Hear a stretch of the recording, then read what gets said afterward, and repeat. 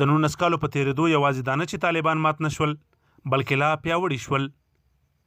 ان پی آر امریکایي راډیو نن د اکتوبر په 9 نیټه د افغانستان 19 کلنې خونړۍ جګړې ته کتنه کړې. طالبان پیاوړي او د امریکا په ګډون ناټو سازمان ناکامیت کړی دی. تبصره کې راځي پر افغانستان د امریکا له برید څخه 19 کاله تیر شول. امریکا غوښتل طالبان له منځه یوسي او سم یې وځپي، خو د 19 کالو په تیریدو سره طالبان لا پیاوړي او منظم شوي دي. تبصره لیکي طالبانو سره پخوا یوازې د پاکستان او سعودي عرب ملاتړ و، اوس د سترو سیمایزو هیوادونو ملاتړ ترڅنګ د امریکا ملاتړ هم خپل کړی او په سیاسي ځواک بدل شوي دي. تبصره کې د غرض راغلی چې د امریکا بل هدف دا و ترڅو افغانستان کې یو پیاوړی ډیموکراټیک نظام جوړ کړي، خو داسې ونه شول او افغانان په دې وروستیو کې له ډېر بد حکومت سره مخ شوي دي.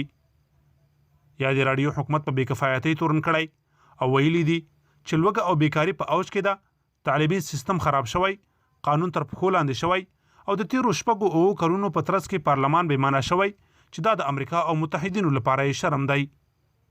یا د راډیو داسې مهال طالبان پیاوړي او امریکا شکست خورده بولي چې په دې وروستیو کې طالبانو د نړۍ او سیمې هیوادونو سره پراخې اړیکې ټینګې کړي او هلته په نظامي ډګر کې تر 80 سلنه ډېره جغرافیه تر خپل واک لاندې راوستې.